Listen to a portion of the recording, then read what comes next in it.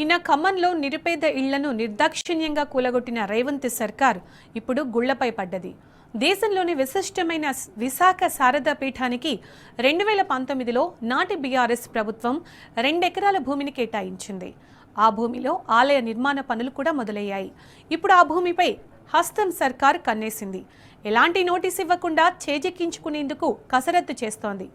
ఈ నేపథ్యంలో విశాఖ శారదా పీఠం ఇప్పుడెలా ఉంది, అక్కడి పరిస్థితి ఏంటి?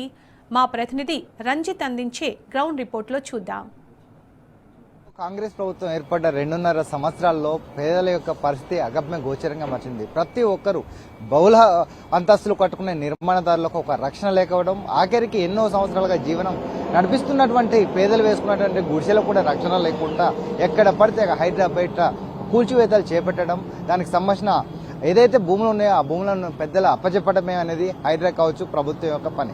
ముఖ్యంగా చూసుకున్నట్టయితే హైదరాబాద్ నగరంలోని గాంధీ సరోవర్ పేరిట వచ్చేసి దాదాపు 650 ఉన్నటువంటి భవనాన్ని కూల్చివేసి దానికి సంబంధించిన అపార్ట్మెంట్ను కూల్చివేసి అక్కడ విగ్రహాన్ని ఏర్పాటు చేస్తారు 5,000 కోట్లతో అని చెప్పేసి రేవంత్ రెడ్డి చెప్తున్నారు. కానీ అదే ప్లేస్లో ఎన్నో సంవత్సరాలుగా నివాసం ఉంటున్న వారి బ్రతుకులు ఎట్లా?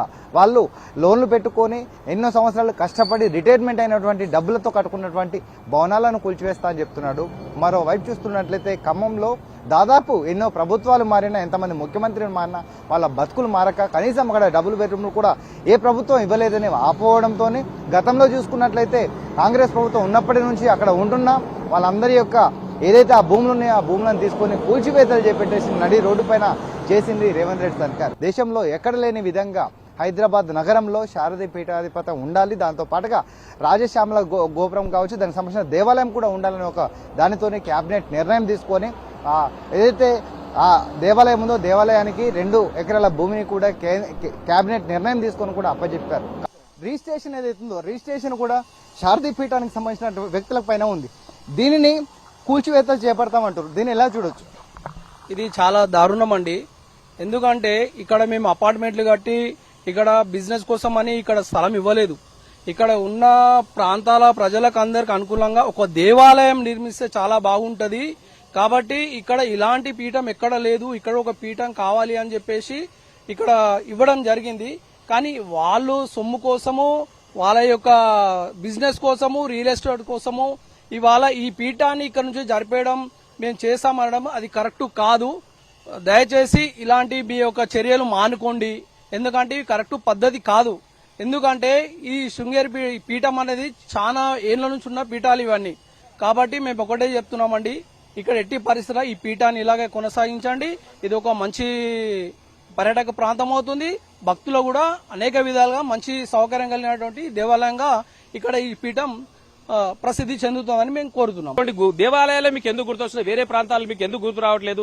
కేవలం ఇచ్చినటువంటి అన్ని లీగల్ గా ఉన్నటువంటి ప్రాంతాన్ని హెచ్ఎండిఏ ట్యాక్సులతో సహా బిల్డింగ్ అన్ని పర్మిషన్స్ ఉన్నాయి. కానీ ఎలాంటి నోటీసులు లేకుండా మీరు ఈ ప్రాంతానికి వచ్చి దీన్ని మీరు దోసుకొని మళ్ళీ వేరే వాళ్ళకి అమ్ముకోవడానికి చెప్పి చేస్తున్నటువంటి ఏదైతే ప్రయత్నం చేస్తున్నారో మీరు ఇమీడియట్ ఆ ప్రయత్నాన్ని విరమించుకొని దీన్ని ఈ పీఠాన్ని ఇలాగే చేసుకుని ఈ ప్రాంతంలో ఎలాంటి గుడి ఉన్నట్టు పక్కన కూడా శివాలయం ఉంది. ఇంత కూడా మేము ఖానాపూర్ గ్రామస్తులం, కోకపేట గ్రామస్తులం కూడా ఎంతో పెద్ద ఎత్తున అక్కడ చాలా ఉద్యమాలు చేసినాం. ఆడ కూడా దాదాపు 100 కోట్లకు వస్తుందని చెప్పి మా గుడినంతా గులగొట్టి ఉన్న ప్రాంతాన్ని, ఆ పర్యావరణం అంతా కూడా నాశనం చేశారు. మంచి అందంగా ఉన్నట్టు గుట్టలు, రాళ్లు అన్ని కూడా తోడేసారు. ఇది కూడా ఇప్పుడు ఉన్నటువంటి ఈ ప్రాంతం అంటే కోట్ల విలువ చేస్తుంది. కాబట్టి దీన్ని అమ్ముకొని వాళ్ళు కోట్లు సొమ్ము చేసుకోవాలనే ఆలోచన తప్ప ఇంకా వేరే ఆలోచన లేదు. అంత పెద్ద హైడ్రాలో నెటిజన్లు అందరూ ఫైర్ అయ్యారు. వీళ్ళ సల్కం చెరువు మొత్తం కబ్జా చేసి కడితే ఆ కాలేజ్ జోలికి పోలే. మరి మల్లారెడ్డి కాలేజ్ జరిగింది పోయారు. అలా చదువుకునే పిల్లలు, ఇంట్లో చదువుకునే పిల్లలు కాదా? ఎందుకు ఇంత వివక్ష చూపిస్తారు హిందువుల మీద? ఇది కాంగ్రెస్ అంటేనే హిందూ వ్యతిరేక ప్రభుత్వము. హిందువులందరూ కూడా తెచ్చుకున్నటువంటి ఈ ఇస్లాం ప్రభుత్వం ఇది. ఇప్పుడు 400 ఇండ్లు 400 కుటుంబాలు ఉన్న అపార్ట్మెంట్ గాంధీ సరోవర్ కోసం తీసుకుంటారు. మీరు అసలు డిపిఆర్ ఉందా మీ దగ్గర? ఏముంది, ఏం కడదామనేసి కంప్యూటర్ లో గ్రాఫిక్ తీసుకొచ్చి ఇక్కడ గాంధీ విగ్రహం పెడుతున్నాం, మీరు ఇల్లు ఖాళీ చేయండి అంటే, అరే మీరు ఓన్లీ మన బార్కస్ లా కట్టండి, పాడి షరీఫ్ లా కట్టండి. ఎయిర్పోర్ట్ కి దగ్గర ఉంది శంషాబాద్ లా. అటువైపు ఉన్నటువంటి నాకు 5 లక్షల మంది రోహింగ్యాలు ఉన్నారని చెప్పేసి ఐపీఎస్ అధికారులే చెప్తున్నారు. మరి అక్రమంగా ఉంటున్నారని వాళ్ళని ఎందుకు తరిమారు? ముస్లిం పక్షపాతమైనటువంటి ప్రభుత్వాన్ని మనం తెచ్చుకొని మన నెత్తి మీద పెట్టుకున్నాం. ఉచితాలకు ఆశపడి హిందూ వ్యతిరేకమైన ప్రభుత్వాన్ని తెచ్చుకున్నాం. ఒక దుర్మార్గమైన ప్రభుత్వాన్ని తెచ్చుకున్నాం. చాలా దుర్మార్గం అండి. ఎందుకంటే ప్రతిరోజు, ప్రతి నిమిషము, ప్రతి నిత్యం కూడా ఎక్కడో దగ్గర కూల్చడమే ఈ యొక్క కాంగ్రెస్ ప్రభుత్వంలో ఉన్నటువంటి ఎంఐఎం పార్టీ వాళ్ళందరూ కూడా వాళ్ళు డిసైడ్ అయినరు.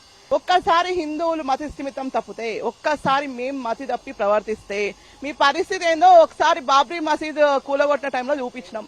ఇంకొకసారి ఇక్కడ కూడా చూపించే పరిస్థితి తెలంగాణలో తెచ్చుకుంటున్నాడు రేవంత్ రెడ్డి. రేవంత్ రెడ్డి కాదు, రేవంత్ ఉద్దీన్ అని చెప్పేసి ఆయన నామకరణం చేసుకున్నాడు. కాబట్టి ఇప్పటి నుంచి మేము రేవంత్ ఉద్దీన్ అనే మాట్లాడతాం. ఎన్ని దేవాలయాలండి? దాదాపు ఒక 50కి పైగా దేవాలయాలు ఈ కాంగ్రెస్ ప్రభుత్వం వచ్చినప్పటి నుంచి 2 సంవత్సరాలలో కూలిపోయినాయి. విగ్రహాలను ధ్వంసం చేసిండ్రు, అమ్మవారి గుళ్ల ముందర అశుద్ధం చేస్తున్నారు, అదే విధంగా విగ్రహాలను కూలగొడుతున్నారు, తంతున్నారు. జై శ్రీరామ్ అని చెప్పేసి అని రాసుకుంటే క్యాబుల పైన దాడులు చేస్తున్నారు. జై శ్రీరామ్ అని చెప్పేసి మేము మాట్లాడొద్దంట, మాకు నచ్చినటువంటి పాట మేము వినొద్దంట, మేము ఎక్కడ కూడా మాట్లాడొద్దంట. మాట్లాడిన వాళ్ళందరూ కూడా ఇవాళ దేశద్రోహులు, లేకపోతే మేమందరం కూడా హిందూ ఉగ్రవాదులం అయిపోతున్నాం ముస్లిం ఓట్ల కోసం అని చెప్పేసి అని.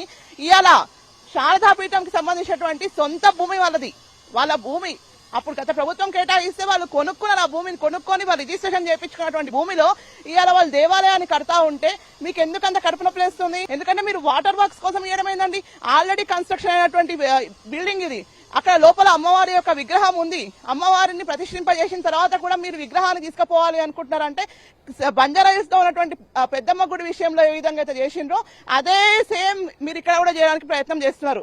కానీ ఒకటే గుర్తుపెట్టుకోండి, అమ్మవారి విగ్రహాన్ని బంజారాహిల్స్ లో ఉన్నటువంటి పెద్దమ్మ గుడి విగ్రహం తీసుకెళ్లి దాచిపెట్టుకున్నారు. మీరు ఇప్పటి వరకు మాకు ఇయ్యలేదు. మా యొక్క హిందువులను మొత్తం కూడా మా మీద కేసులు పెట్టారు. ఆ కేసులు నా మీద కూడా పెట్టడం జరిగింది వాళ్ళు. అయినా సరే మేము ఎక్కడ తగ్గడం లేదు. ఎందుకంటే మా ధర్మం మాకు ముఖ్యం, మాకు ఓట్లు కాదు ముఖ్యం, మా ధర్మం ముఖ్యం, మాకు హిందూ ఐక్యతనే ముఖ్యము. హిందూ ధార్మిక పరిషత్ నుంచి దేవాలయాలను విముక్తి చేయాలి. దేవాలయాల్లో టికెట్లు ఉండకూడదు, దేవాలయాలలో విఐపి దర్శనాలు కాదు, దేవాలయాలలో అన్ని కులాల వారు కూడా సమానమే, అందరికీ కూడా అన్ని వర్గాల వారు కూడా అక్కడికి రావాలి అన్న ఒకే ఉద్దేశంతోనే మేము పనిచేస్తున్నాము. ఖచ్చితంగా ఈ పనిని ముందుకు తీసుకుపోతాము. ఈ యొక్క ఉద్యమం ఆగదు. ఇది అంటే ఏదైతే హైదరాబాద్ నగరంలో చూసినట్లయితే మొన్న చూసినటువంటి గాంధీ సరోవర్ ఉందో, గాంధీ సరోవర్ విషయంలో కావచ్చు, మరోవైపు చూసుకున్నట్లయితే ప్రస్తుతానికి రాజశ్యామల అమ్మవారికి సంబంధించిన దేవాలయానికి సంబంధించిన నోటీసులు ఇవ్వడం కాకుండా దాంతో పాటుకు వచ్చేసి 1,19,00,000 రూపాయలు ప్రభుత్వానికి చెల్లించి వాళ్ళు రిజిస్ట్రేషన్ చేయించుకున్నారు. మరోవైపు చూసుకున్నట్లయితే దానికి సంబంధించిన దాంట్లో హెచ్ఎండిఏ కూడా 23 లక్షల రూపాయలు కూడా పే చేసిన పరిస్థితి. మరోవైపు జిహెచ్ఎంసీ ద్వారా వాళ్ళు కట్టుకున్నటువంటి భవన నిర్మాణాన్ని కూడా 19 లక్షలు కట్టేసి దానికి సంబంధించిన భవన నిర్మాణాన్ని చేపడితే అన్ని ఆధారాలు, దానికి సంబంధించినటువంటి పట్టాలు కావచ్చు, దానికి సంబంధించినటువంటి రిజిస్ట్రేషన్లు అన్ని పర్ఫెక్ట్ ఉన్నప్పటికీ కూడా కేవలం కోట్ల రూపాయలు పలుకుతుంది అండ్ 100 కోట్ల రూపాయలు పలుకుతున్నటువంటి భూములను తీసుకొని దాని పక్కన ఉన్నటువంటి వాళ్ళ అల్లుడికి సంబంధించినటువంటి మైనింగ్ కు దారాదత్తం చేయాలన్న ఆలోచనతోనే రేవంత్ రెడ్డి చేస్తున్నారని కూడా పురుషులు వాళ్ళందరూ కూడా ఆగ్రహం వ్యక్తం చేసే పరిస్థితి కనపడుతుంది. ముఖ్యంగా చేసుకున్నట్లయితే గత ప్రభుత్వంలో కేసీఆర్ నాయకత్వంలో ఆస్తులను పెంచు, ఏదైతే పేదలు ఉన్నారో పేదలకు పంచనే ఒక నామంతోని దాని యొక్క ఏదైతే సిద్ధాంతం పరంగా కూడా ప్రతి ఒక్కరికి సంక్షేమ పథకాలు కావచ్చు, అభివృద్ధి చేయడంలో కూడా అగ్రగామిగా నిలిచి దేశంలో అగ్రగామిగా నిలిస్తే ప్రస్తుతానికి పేదల కడుపు కొట్టు పెద్దలకు పంచు అని రేవంత్ రెడ్డి సర్కార్ చేస్తుందని కూడా నిలువుటద్దంలా చూపెట్టినట్టుగా తెలుస్తుంది. ముఖ్యంగా చూసుకున్నట్లయితే ఎలాంటి నోటీసులు ఇవ్వకపోవడం, ఒక హిందూ సనాతన ధర్మ ప్రకారం ప్రభుత్వాలు మారితే దేవాలయాలు మారతాయా? గత ప్రభుత్వంలో ఏదైతే ఇక్కడ ఇచ్చినటువంటి భూమి ఉందో దాంట్లో దేవాలయం ఉండి అమ్మవారు ఉండి ప్రతిరోజు పూజలు జరుగుతుంటే ఆ రోజున్న అమ్మవారు ప్రభుత్వాలు మారిన తర్వాత రేవంత్ రెడ్డి మారితే ఆ ప్రభుత్వంతో అమ్మవారు కూడా వేరే ప్రశ్నిస్తారు. ఇకనైనా కాంగ్రెస్ ప్రభుత్వం కావచ్చు, రేవంత్ రెడ్డి తేరుకొని ఏదైతే హిందూ ధర్మం ప్రకారం సనాతన ధర్మం ప్రకారం కూడా దేవాలయానికి సంబంధించినటువంటి భూముల్లో వాళ్ళు కట్టుకున్నటువంటి భూములను కూల్చొద్దని కూడా హిందూ పరిషత్ నుంచి కూడా ప్రతి ఒక్కరు మహిళలు ప్రతి ఒక్కరు కూడా ఆగ్రహం వ్యక్తం చేసే పరిస్థితి కనబడుతుంది. ఇకనైనా కాంగ్రెస్ ప్రభుత్వం మేల్కోవాలని కూడా ప్రజలు కోరుకునే పరిస్థితి కనబడుతుంది. కెమెరామెన్ శివతో రంజిత్, టీ న్యూస్, హైదరాబాద్.